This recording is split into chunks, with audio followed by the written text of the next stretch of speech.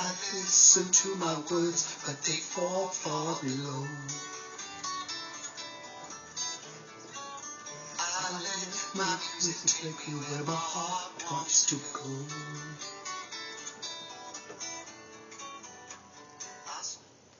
Greetings in the name of Ra Newt, all that is great and good, all that is best and beautiful, all that is creative and conscious. Welcome everyone. May you find yourself in a joyous space, and may your successes be infinite like the night stars, and your opportunities be never ending. Yes, again, another brilliant artist brings us into another episode with his song, Wind. I am, of course, talking about the talented singer Yusuf Islam, a.k.a. Cat Stevens, dealing with listening to his soul. Again, something all of us artists can relate to, and another topic we will be exploring on Artist to Artist, Let's Talk, rediscovering our creative voice. Now, this series will engage artists in a conversation about topics that are germane to us. So welcome again to this edition of Artist to Artist, Let's Talk, rediscovering our creative voice. I am, of course, the host of this new social media series. I am, of course, Adisa Olobayo Bankole, a professional actor, storyteller, poet, drummer, and now venturing into the creative field of script writing and trying to be a lyricist. So, join me and on this journey as we journey down this path to stardom. Now, you may leave your comment at www.thepotentialartistinyou.com or shoot me an email at adisa@thepotentialartistinyou.com. Or, shoot me something on my Facebook wall. But again, if you desire to engage in mean-spiritedness, pessimism, negativity, or any of those adjectives, then don't bother posting. Leave those thoughts in the recesses of your mind. This is a space for those who wish to explore, engage, and communicate positively and constructively. So as my mama used to say, if you ain't got nothing good to say, then don't say nothing at all. Now, on to the section where I do acknowledgement and gratitudes to those families and colleagues who have and are making a difference in my life, and who have and are giving me encouragement, inspire me, and simply they have been with me and continue to be with me on this creative sojourn. Now, as I have said before, this is very important because we often get caught up in our own journey that we don't acknowledge those who have been and still are on this path with us. So, this is my way of saying thank you. And my first gratitude goes to my beloved father by the name of Francis. We always call him Poppy, who, along with my mother, always had the belief in my talents and never, ever gave me words of discouragement, except when I would come home and play the saxophone and he would stop making all that noise. But other than that, no. Always believed in me, always wanted to see me make it. And though he never got to see me perform, I continue to believe that his energy is still with me. So much kudos to my father, Poppy. Next, to my, and he's my, knucklehead brother, Glenn, or whom we call G Money, who, when we used to go to the movies, we enact those stories that came out of the cinema. He was brilliant and innovative when it came to creating costumes and props and things of that nature out of cardboards and those things that you used to use for TV antennas. Oh, he was just brilliant at that and always helping to create the stories and things of that nature. He is and always wants to see me achieve, and he still continues to push to see me achieve. He is one of my most ardent supporters. So much love to my brother, G Money. Now, I can't say much about this wonderful and beautiful, gifted and talented actor whom I affectionately call my brother. He is my Italian-American brother who is consistently giving of his energy and support, and who is unwavering in his belief in my talent and skills. I am so humbled and honored to have Brother Paul Villani, whom I call Jazzman because he likes jazz, as not only a fellow traveler, but a friend and a brother. And I still like to see him on the stage or in the silver screen, so I'm still pushing for you, Brother Jazz. Before I go any further, I want to correct a mistake that I made in the last episode. I inadvertently called this young gentleman by the name of Newlander, and I said Newsom. It is Jameson Newlander, and I want to publicly give that apology because it's very important that we get people's names right. And simply because also he was one of the original cast members of the film The Lost Boys. He is the one that directed and wrote Rooster, which you can see on YouTube if you just go to it. So again, my apologies to my good friend Jameson Newlander. Now, on to the topic of this episode. And you can always find these articles on www.thepotentialartistinYou.com. In this episode, we will be talking about, and the title of this piece is called Hearing the Creative Voice.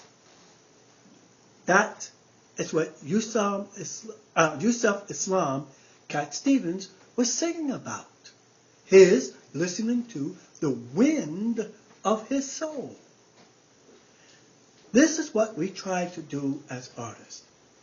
But we often feel confused with theoretical techniques that are supposed to take us to that space of emotional and believable creativity.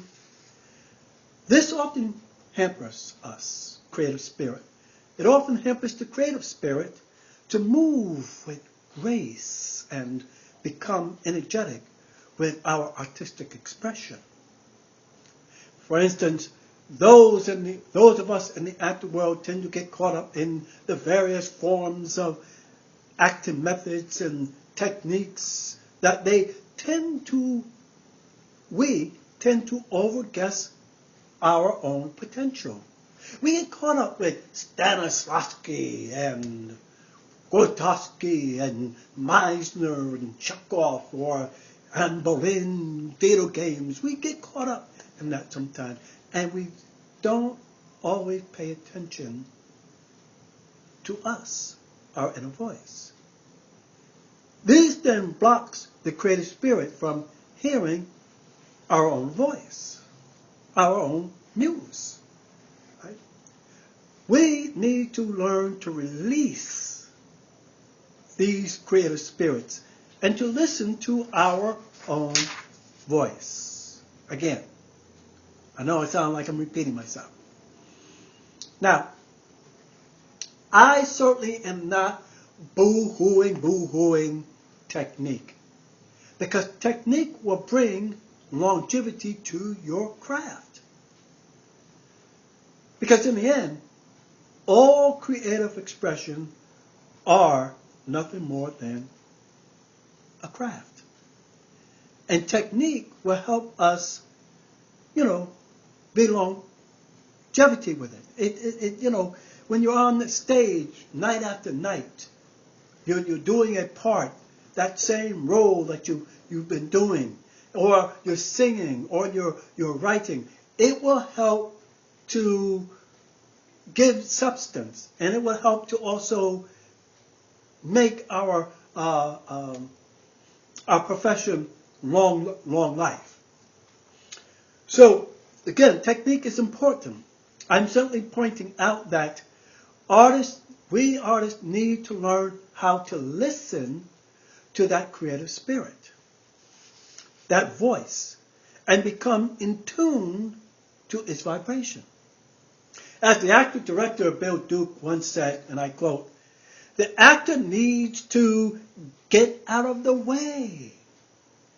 We need to learn to fall backwards into darkness." Unquote. We tend to allow the clattering of voices of our intellect, not that there's anything wrong with intellect, to drown out the music of our soul and become our own worst enemy, our own worst note. Now, I'm going to give you a personal example, and I like to share this because I believe this is exactly what I'm talking about. I once was playing the drums with a group of Latin brothers and drummers, and somehow or another, the drumming spirit was moving through me. I began to play the lead. Now, you have to understand that as a drummer, I was working with some dance troupes. I always played the bass. I was the one that held down the rhythms and things. But this time, somehow or another, the spirit took over. I took over the lead. I was playing all kinds of things, hitting notes, backity booping, and just going way out there. And it was just marvelous. I was doing things that I could not have done years back when I was starting to learn to play drum.